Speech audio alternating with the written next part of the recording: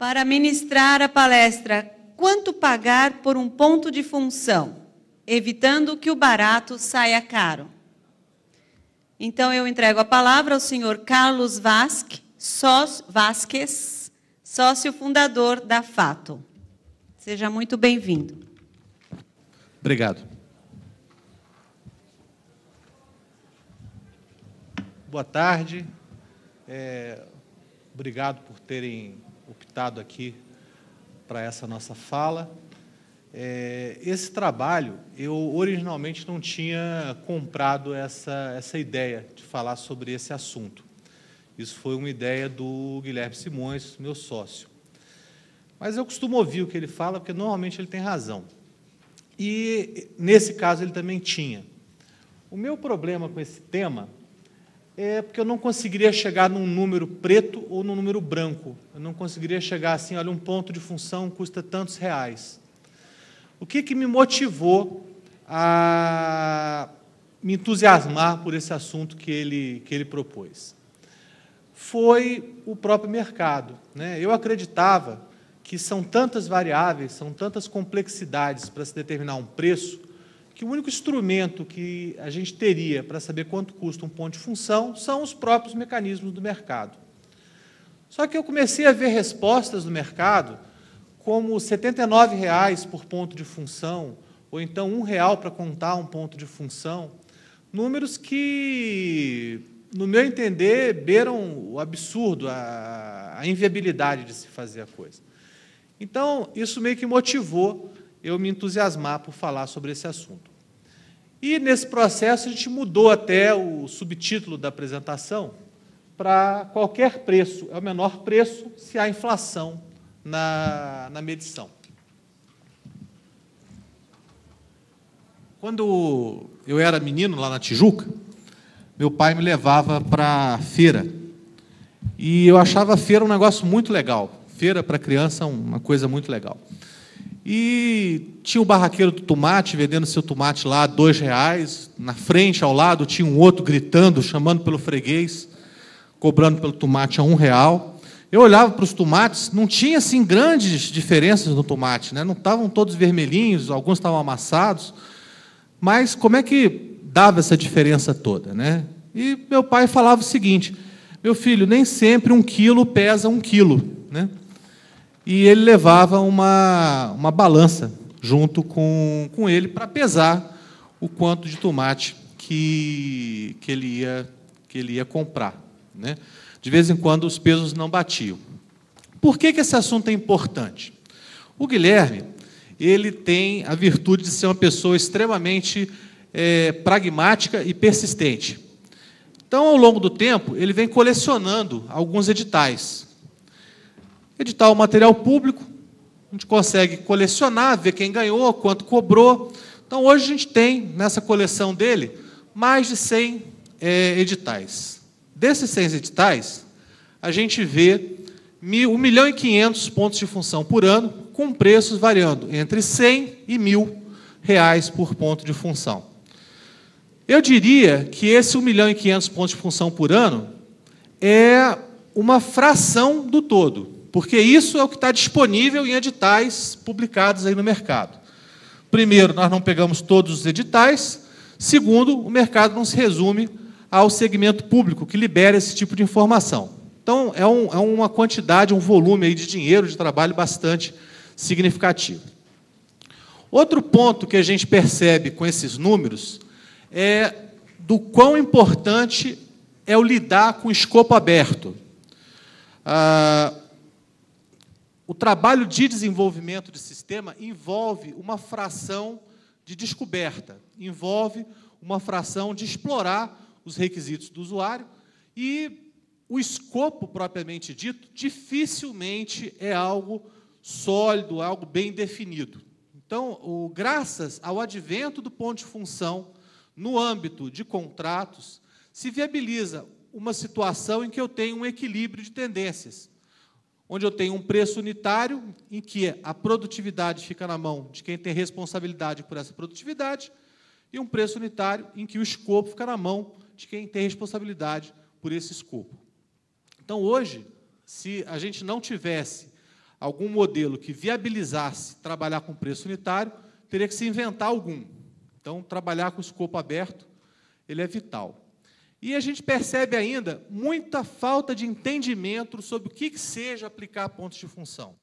Talvez por causa dessa vitalidade, dessa necessidade de trabalhar com escopo aberto, muitas pessoas, muitas organizações tenham sido orientadas, sendo dirigidas a trabalhar com pontos de função ou alguma métrica similar e não entende bem como é que essa coisa funciona. Esse filminho que vai passar agora, ele aconteceu, eu vi, não foi uma invenção. O fiscal disse que não podemos mais contratar o João, o neto do Felipe, do jeito que fazemos hoje. Basta usar pontos de função. Como assim? Cada analista custa 30 pontos de função por mês. Mas ele disse que não pode ser um valor fixo. Simples. Basta pagar um ponto de função para cada 10 horas de trabalho. É, assim atende ao fiscal e a gente mantém o pessoal. São pessoas do bem. Elas não estão mal intencionadas, né? Mas esse tipo de coisa é um desvirtuamento do foco da coisa. Qual foi o foco dessa conversa? O foco dessa conversa foi o trabalho, foi a internalidade do processo produtivo, e não um foco no resultado. Por incrível que pareça, esse diálogo ele aconteceu, é um diálogo real, e reflete o nível de desentendimento que a gente tem sobre esse assunto. Para quem trabalha cotidianamente nesse meio, pode imaginar, não, esse tipo de coisa não acontece, esse tipo de coisa já acabou. Mas ainda hoje isso é uma coisa bastante presente. Então, isso também ajudou a me motivar a falar sobre esse assunto. Quando a gente fala em foco no trabalho, foco no resultado, eu gosto muito de usar essa representação. De um lado, eu tenho o produto, aquilo que eu vou receber, as funcionalidades que vão ser entregues observando alguns parâmetros especificados. E, de outro lado, eu tenho o investimento de tempo, o investimento de trabalho, o investimento de dinheiro para obter esse resultado. A dinâmica daquela conversa aconteceu eminentemente do lado do ônus, do lado desse investimento, do lado desse trabalho. Quando a ideia de se trabalhar com um preço unitário, a ideia de se trabalhar com um ponto de função, é propiciar o equilíbrio entre aquelas duas tendências. De tal forma que eu não tenho lá o João, o Pedro e o Neto. Eu tenho tal produção e, associada a tal produção, eu tenho tal meta de produtividade. Esse entendimento ainda está se construindo, por incrível que pareça, para mim, pelo menos. Quando a gente quer medir o resultado, quando a gente quer medir o bônus, eu tenho que escolher o que eu vou medir, eu tenho que escolher o que eu vou contar. Eu gosto desse desenho, porque ele é bastante simples, né? Eu, na época da faculdade, o pessoal dizia que a diferença entre software e sistema era que software a gente comprava e sistema a gente fazia. Hoje eu percebo a figura do software como um sistema inserido dentro de um outro sistema. E a gente pode subdividir esses sistemas indefinidamente, e cada subdivisão dessa eu posso contar. Então, ali, por exemplo, eu posso contar classes, eu posso contar interfaces, eu posso contar métodos, eu posso contar uma série de aspectos que são internos a esse sistema de informação que está atendendo ao meu usuário. Ou eu posso escolher alguma coisa que seja externa a esse sistema e que seja representativo para esse usuário que vai receber esse bônus, né? Então, a primeira decisão sobre o que eu vou medir, ela é a raiz. Se eu vou medir num aspecto interno ao processo produtivo ou externo a esse processo produtivo. No caso, o bônus é para quem? O bônus ele é para o cliente, o bônus não é para a fábrica de software. Então, eu vou contar aquele tipo de coisa que é representativo, que é significativo para esse cliente. Eu vou contar como um produto aquilo representando o que deve ser feito em termos das tarefas e serviços do usuário, do negócio. Então, a minha perspectiva de produto é a perspectiva do que eu vou estar entregando para esse cliente, para esse usuário. E o que eu conto nessa perspectiva? Nessa perspectiva, eu vou contar, num primeiro momento, telas, relatórios, consultas, interfaces, São as coisas que são materiais para quem está utilizando o sistema. Para mim, um dos grandes problemas na relação entre área de negócio e área de tecnologia é vocabulário. Um comercial que tinha antigamente, da rebimboca da parafuseta, não sei se algum de vocês lembra desse comercial, eu tentei recuperar esse comercial no YouTube, a única coisa que eu encontrei foi uma banda Forroché, que tem uma música com esse nome. Mas, basicamente, rebimboca da parafuseta, ela está naquela esfera da internalidade, naquela esfera de dentro do processo produtivo, dos componentes que vão entregar esse sistema. Uma das formas de aumentar esse gap é trabalhar nessa internalidade. Então, a ideia é trabalhar com aspectos externos, telas, relatórios, arquivos. Mas aí a gente sofre de um fenômeno. O trabalho ele se dirige para o que está sendo medido. Então, se eu estou medindo uma determinada solução, que uma tela resolveria esse problema, se eu começo a contar telas, e essa contagem de telas vai ser a materialização dos meus bônus, ao invés de eu receber uma tela, eu vou receber 3, 4, 5 telas. Então, a análise de ponto de função tem esse mérito. A análise de ponto de função, ele aborda esse fenômeno juntando essas telas, juntando esses relatórios em termos de funções. Essas funções, elas não dependem da minha arquitetura, do meu projeto de solução. O foco da consolidação dessas telas, desses relatórios, dessas consultas em funções, é a divisão do trabalho, que cria funções e dos processos que juntam essas funções em direção aos objetivos do negócio. Essa é a perspectiva da análise. E é isso, aliás, que dá trabalho quando se faz análise de ponto de função. Uma das soluções para eu conseguir viabilizar um contrato de R$ 79,00 por ponto de função é cada tela que eu tiver, eu conto uma função. Todos ficam felizes. Eu vou ter um monte de tela, eu vou receber um monte de reais, não, poucos até, né, porque é barato o valor do ponto de função, e vou ter uma produtividade de contagem enorme, porque, afinal, eu não tenho que parar, sair do plano da tecnologia e tentar resgatar aquele parágrafo da divisão do trabalho, como essa divisão cria funções e como essas funções são organizadas no sentido de atender um objetivo de negócio. Bem, o discurso é lindo. Eu não estou preocupado com a internalidade, eu só me preocupo com os resultados e tudo é lindo, maravilhoso. Só que, senhores, não existe almoço grátis. Quando a gente fala que eu estou fazendo a medição da produção a partir de aspectos externos, alguém tem que pagar para eu entregar essas coisas internas. Alguém tem que pagar pelos programas, alguém tem que pagar pelas subrotinas, alguém tem que pagar pelos artefatos intermediários que estão ali dentro. Então, vamos falar um pouquinho agora, vamos sair um pouco da esfera do bônus, sempre destacando que esse bônus é numa perspectiva da divisão do trabalho, não da arquitetura de solução, e vamos falar um pouquinho sobre os ônus, né? Quando eu falo que determinada função tem um preço por ponto de função, né, uma determinada relação, eu quero dizer que todo trabalho, ou uma fração desse trabalho, necessário à entrega da solução funcionando dentro dos parâmetros exigidos. Eu vou repetir. Eu estou falando de todo trabalho, ou uma fração dele, funcionando dentro de determinados parâmetros exigidos. Então, a solução funcionando é o quê? É o meu requisito funcional. São as minhas telas, as minhas consultas, os meus relatórios, funcionando, né, aderente ao que está especificado nos requisitos. E o que são os parâmetros exigidos? Eu identifico 3 tipos de parâmetros exigidos. Um parâmetro é o atendimento aos requisitos não funcionais. O tempo de resposta, a facilidade de manutenção, a disponibilidade do sistema, enfim. A gente vai falar um pouco mais sobre isso em breve. O segundo ponto diz respeito ao trabalho como um todo ou à fração desse trabalho, né?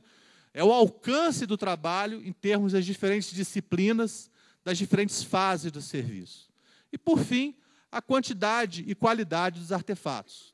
Então, o preço do ponto de função, ele engloba essa variedade de parâmetros que têm que estar sendo observadas, além de entregar a própria solução funcionando. Então, os parâmetros funcionais, eles dizem respeito aos trabalhos, aos serviços que os usuários precisam fazer no sistema. É aquilo que descreve o que o software vai fazer.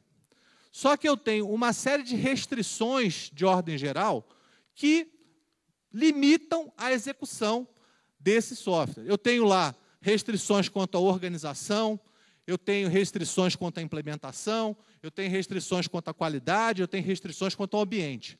Normalmente, o foco desses requisitos não funcionais é a plataforma. A plataforma, ela costuma agregar uma série de outros atributos. Um sistema feito em web para a internet tem determinados requisitos não funcionais que são compatíveis entre vários projetos com esse perfil. Projetos desenvolvidos para uma intranet têm algum outro perfil. Então, a plataforma ela costuma agregar essa rede aí de requisitos não funcionais. Mas, pelo fato de agregar, muitas vezes a gente perde um pouco de disciplina em qualificar alguns desses requisitos não funcionais que transbordam a plataforma. Por exemplo, toda transação tem que ter a figura do aprovador e do revisor, por uma política geral da empresa como um todo, é um requisito não funcional e não tem absolutamente nada a ver com a plataforma que está se fazendo. Então, tem uma série de aspectos que são independentes da plataforma, independentes da tecnologia, que também estão incluídos nesses requisitos não funcionais. Eu tenho o alcance do trabalho, no que se refere às fases, no que se refere às disciplinas e os níveis de serviço. Então, por exemplo, eu entro num contrato e cobro baratinho pelo ponto de função. Por quê? Porque eu não tenho nenhuma meta de prazo associada. O prazo é o seguinte, você me entrega quanto você puder. Obviamente, um cenário em que você me entrega quanto eu puder, vai ser mais barato do que um cenário que você tem que me entregar observando metas rígidas de prazo. Isso é uma variável que vai afetar o seu preço. Então, temos metas de prazo, temos metas de qualidade quanto a números de defeitos, e temos também o recorte entre as atividades. Eu posso ter uma relação utilizando pontos de função em que eu não vou ser responsável por todo o espectro de trabalho que está envolvido. Eu posso ser envolvido apenas no trabalho de requisitos, eu posso ser envolvido apenas no trabalho de codificação. Uma coisa é eu fazer todo o ciclo de vida, uma coisa é eu ter informação sobre a qualidade de todos os artefatos que eu estou entregando. Outra coisa é pegar artefatos de outra parte, que eu sei lá com qual qualidade que eu vou receber, que eventualmente eu vou ter que invadir um espaço de trabalho que não era meu. Então, a subdivisão entre as fases também afeta aí o seu preço, né? Por fim, a quantidade e a qualidade de artefatos. Nessa coleção que o Guilherme montou, ele separou um estoque aí de 20 tipos de artefatos que são bastante comumente exigidos, né? Então, tem lá anteprojeto, plano de projeto, documento de visão, cronograma, planilha, modelo de caso de negócio, modelo de domínio. É coisa pra caramba que tem que ser exigido. De certa forma, algumas pessoas criticam que isso não agrega valor, né? Eu vivi década de 90, meados do ano 2000, aquele período de uma reengenharia selvagem, né?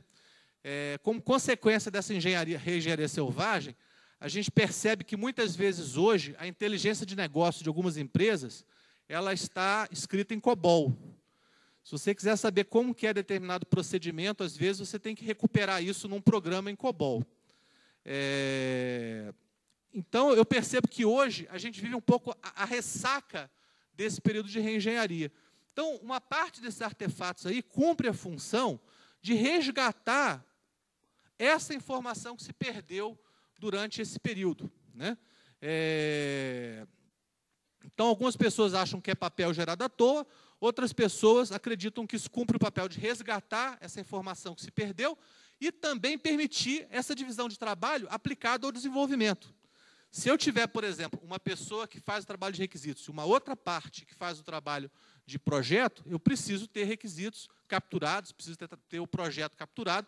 Cada atividade tem que gerar algum documento, algum artefato que capture essa inteligência aí durante o processo. Então, a quantidade de reais por ponto de função tem que atender os requisitos funcionais do usuário, observando os requisitos não funcionais, o alcance do trabalho e a quantidade de artefatos. Vamos agora tentar transformar essa coisa aí de pontos de função para horas e para reais. Eu falo horas porque o grosso do custo, existem outros custos, mas um dos principais fatores de custo é a mão de obra. Então, vamos começar a trabalhar em cima desses patamares de mão de obra. Só de despesas sociais dá em torno aí de uns 80%. INSS, férias. Se a gente começar a contar provisão para quando o cara é mandado embora, se a gente começar a contar dias não trabalhados, né? Mulheres engravidam, homens ficam doentes, né? Pessoas perdem os pais. Então, tem uma série de coisas aí que contribuem para esse tipo de fator aí. Para cada R$1 que eu pago, eu gasto mais do que isso. Treinamento, isso tudo é necessário para eu conseguir ter qualidade, para eu conseguir, não é nem questão de qualidade, conseguir entregar o que eu tenho que entregar. Então, aquele cada R$1 vira R$2,10 ali na minha estimativa. Então, eu chego ali num piso, considerando o custo. Vamos criar aqui uma hora, que é uma hora teórica. Eu tenho lá 45% de trabalho de analista, 40% de trabalho de desenvolvedor e 15% de trabalho de GP. Vamos fazer uma salada disso aí, eu chego num custo de R$45 por hora. Aí eu tenho ali manter clientes. Tem lá manter clientes, manter contatos do cliente, manter endereço de clientes. Eu poderia ter centenas ali de manter filhotes de cliente. E tem ali também manter tipo de cliente.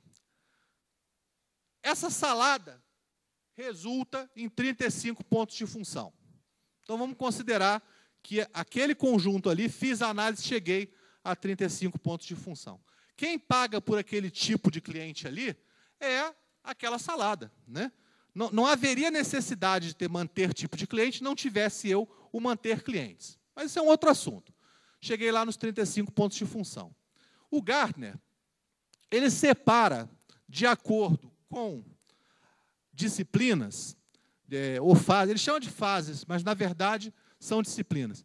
Eu tenho lá um percentual de trabalho por disciplina. Vou pegar esses 35 pontos de função e vou distribuir de acordo com esses percentuais. E vou trabalhar aqui com 3 patamares. 1 hora por ponto de função, 5 horas por ponto de função e 10 horas por ponto de função. Na versão inicial desse material, onde está 1 hora por ponto de função, seria 2 horas e meia. Guilherme falou, coloque 1. Mas, Guilherme, 1 é um absurdo. Mas tem edital com isso. Então, eu coloquei, né? Só para a gente ter uma noção. A princípio, quando a gente olha assim, 35 pontos de função, 350 horas para fazer isso aqui, pode parecer que é muita coisa. Mas quando a gente começa a observar as várias disciplinas que são envolvidas, a gente vê que isso muda um pouco de figura. Por exemplo, análise e gerência de requisitos. Eu tenho que ir lá, entrevistar o sujeito. Entrevistei o sujeito, eu tenho que pegar e documentar o que eu entrevistei com ele. Documentei, tenho que confirmar o entendimento que ele teve. Confirmei, eu tenho que elaborar aquele requisito para gerar um requerimento. Eu uso essa palavra requisito e requerimento, muitos usam como sinônimos. Para mim, requisito é aquilo que não tem forma, é uma vontade, é uma coisa abstrata que está na cabeça de uma pessoa. Requerimento é um requisito que virou um documento formal, que virou um item que pode ser um item de configuração para o meu projeto. Então, apesar deles quererem dizer a mesma coisa, eu uso com essas duas conotações. Senhores, esse trabalho não depende só da fábrica. Eu tenho tempo de espera junto ao usuário, eu tenho disponibilidade junto ao usuário, e referente a esse trabalho eu tenho que gerar parte do documento de visão, parte da planilha de APF, parte do glossário, parte do modelo de caso de uso, várias especificações de caso de uso, várias especificações de regras de negócio, tem que fazer esboço de várias telas. E eu vou ter 5 horas para fazer isso, 26 horas, 52 horas. Então, quando a gente começa a olhar um pouco mais de critério para esses números, a gente começa a perceber que não é bem do jeito que a gente costuma pensar. Pô, é muita hora para fazer isso. Eu tenho vários clientes, alguns são fábricas, outros são clientes, e uma boa parte deles, principalmente de governo, enfrenta problemas com a terceirização. Ele tem a fábrica contratada, ela começa a trabalhar e simplesmente ela não consegue entregar. Onde está a explicação? Em vários pontos. Uma é o preço. Esses números são bastante recentes e eles indicam a evolução de uma produtividade média geral. A gente percebe que nos últimos 20 anos, a produtividade ela diminuiu. A gente pega que tinha aqui em torno de 10, em torno de 7, e nesse último bloco aqui, ela caiu para 12 horas e meia. Né? Então, eu estou trabalhando ali no meu exemplo com 10. Então, vejam que 10 não é um número feio, não é um número que represente uma produtividade muito baixa. Considerando aquele 10, eu chego lá numa quantidade de horas, de reais, de R$ 443,8 por ponto de função. E isso sem considerar despesas indiretas, sem considerar materiais, sem considerar impostos, sem considerar o lucro do sujeito. A mediana desses 100 contratos que o Guilherme estava fazendo esse levantamento, a gente chegou em R$ 503 por ponto de função. 10% não paga isso. Explicação. Salários mais baixos e produtividade mais alta. Né? Agora, será que a totalidade dos projetos tem uma produtividade mais alta? Será que a totalidade do projeto consegue ter uma produtividade mais alta com profissionais recebendo um salário mais baixo? Né? Antes dessa orientação para se trabalhar com pregão, o preço do ponto de função estava em torno de R$ 1.000 por ponto de função. Ele encolheu, então, em 50%. Os dados mundiais indicam uma queda da produtividade de 20%. Os nossos dados indicam um ganho de produtividade na ordem de 50%. Tem algo que não está batendo. Então, sem dúvida, tem o fenômeno aí da concorrência, mas tem um risco que advém disso. É um preço inexequível. Né? Qual que é a solução? Qualquer preço é o menor preço se tem inflação na medição. O que isso quer dizer? Itens não mensuráveis, que podem ser medidos, eu meço de novo. Então, aquele tipo de cliente, ao invés de eu ter 35 pontos de função, eu passo a ter 70 pontos de função. Contratação de HH em itens que já são medidos. Eu vou pagar em horas por determinados artefatos, determinados itens que já foram incluídos.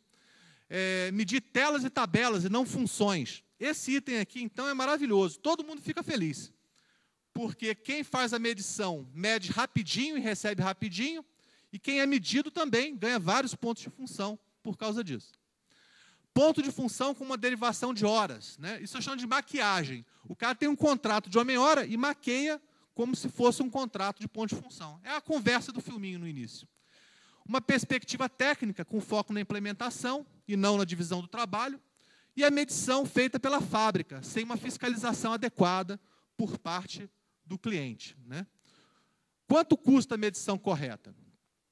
Esses dados aqui indicam um case em que a gente tem aquela casquinha roxa, o custo de medição.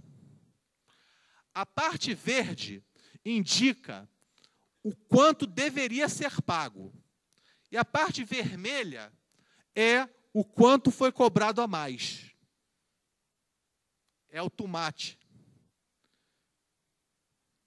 Então, vocês percebem que a medição é uma pequena fração desse trabalho de desenvolvimento. Só para vocês terem uma ideia, 50 vezes menos. Se a gente considerar uma distância Rio-São Paulo, 50 vezes menos é o que está nessa caixinha, que mostra o deslocamento do Rio até Botafogo. São quase 2 ordens de grandeza de diferença, né? Conclusão. Alguns contratos, com certeza, só se sustentam porque a medição está inflada ou os parâmetros não são cumpridos. O cara exige um SLA de prazo e não obriga que aquele SLA seja cumprido. Exige um SLA de qualidade, obriga que aquele SLA de qualidade não seja cumprido.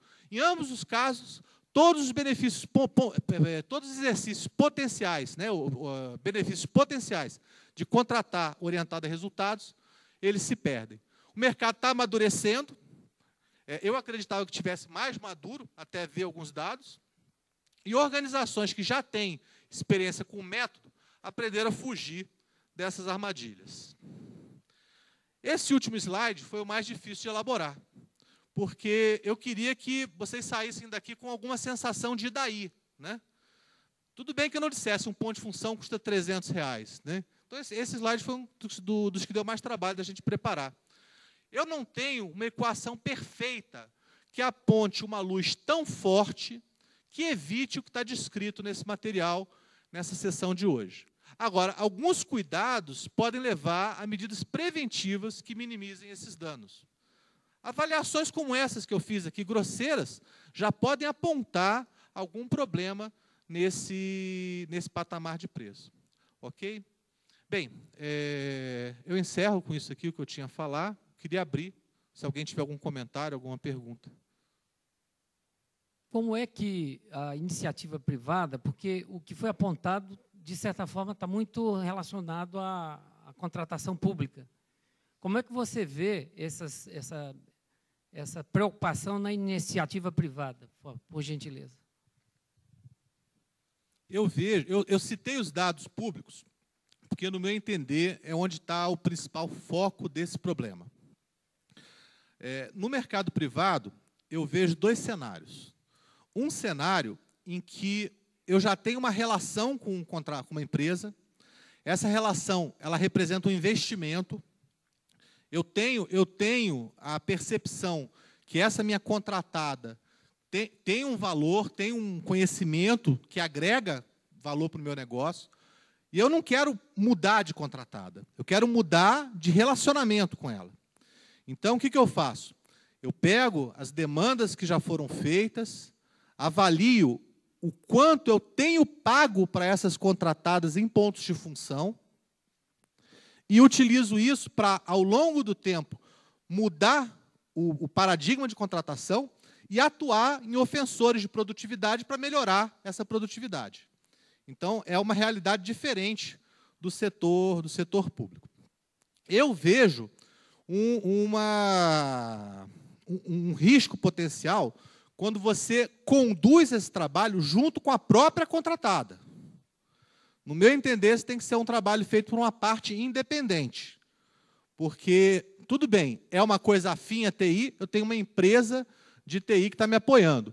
Só que existe um conflito de interesse intrínseco aí, né? Porque a fábrica ela tem um interesse de que a produtividade seja a menor possível, porque esse valor é que vai nortear o preço dela, né? Então, eu vejo essa preocupação em se fazer esse trabalho no segmento privado, mas vejo algumas empresas fazendo isso junto aos seus próprios fornecedores, que em termos de modelo, tem um problema aí de conflito de interesse, né? Nessa coisa. E tem de tudo, né? Também tem aquele sujeito que não tem muita noção do que seja o ponto de função, escuta por aí o que seja e quer partir para pegar um ponto de função equivale a tantas horas, aí o Joãozinho vai ter 10 horas de produtividade, né? Cada pessoa, uma coisa distorcida da técnica, né? Normalmente, as iniciativas frustradas, elas partem do âmbito da gerência de TI. Quando você tem uma iniciativa que é acima da gerência de TI, quando está no nível da direção ou fora da TI, tem mais chance da coisa ter sucesso. Eu não sei se eu respondi o que você falou. Eu coloquei meu foco em dados públicos, né? Porque eu nunca conseguiria esse volume de informação no mercado privado. O pessoal guarda esses dados porque são dados estratégicos, né? posso estar enganado, mas eu vejo com bons olhos uma apresentação na área pública desse tipo para a iniciativa privada. Por quê? Porque ainda se conta nos dedos quais são as grandes corporações da iniciativa privada que tem investido em medições de métricas corretas, né? Utilizando o APF, utilizando até medições não funcionais. A coisa ainda está muito no início. E como a concorrência pode ser grande, pode incorrer no mesmo erro, né? Então, apresentar da forma, por isso que eu perguntei qual é a experiência na área privada, pode chamar a atenção para se tomar alguns cuidados para não incorrer nos mesmos erros, obviamente, sob o enfoque de que existe o mesmo problema, na verdade. São várias... Eu contrato, alguém falou aqui, eu acho que a apresentação anterior, são vários fornecedores, 28 fornecedores desenvolvendo para uma determinada empresa privada. Se não tiver essa preocupação de não simplesmente focar na questão do preço, vai acabar incorrendo nos mesmos problemas.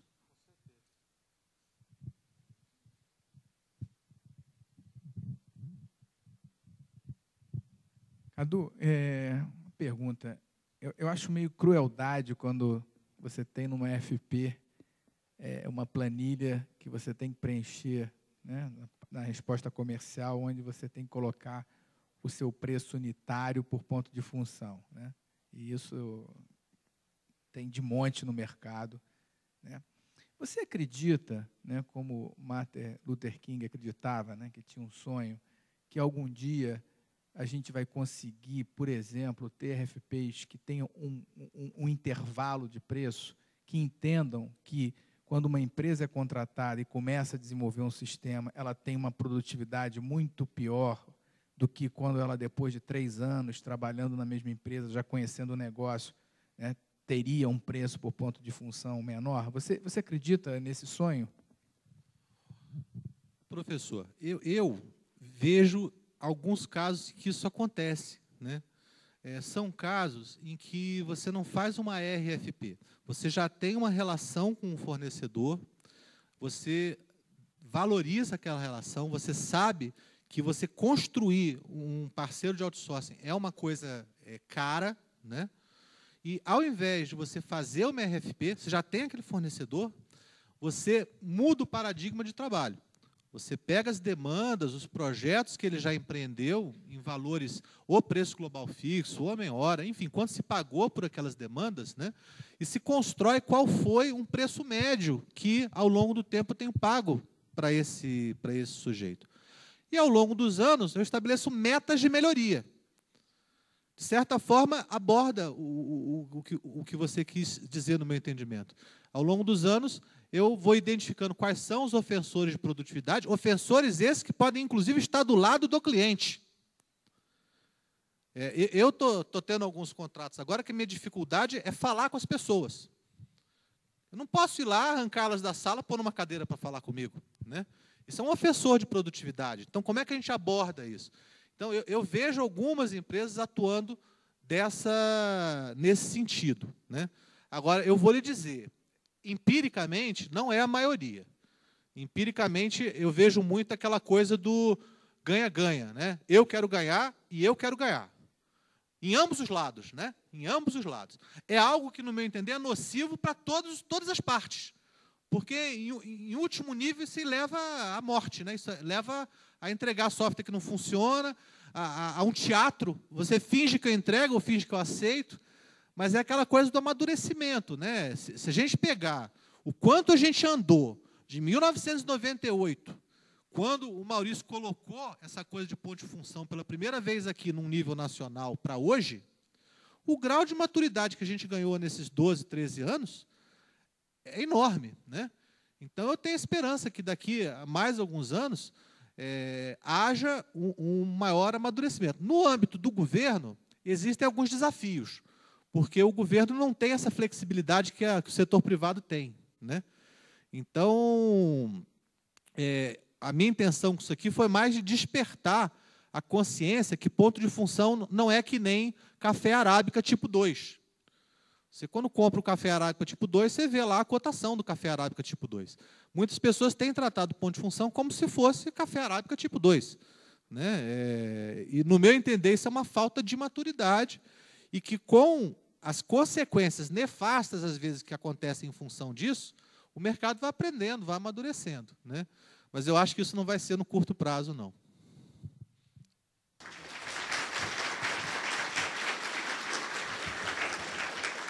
Muito obrigada, Sr. Carlos Vasques.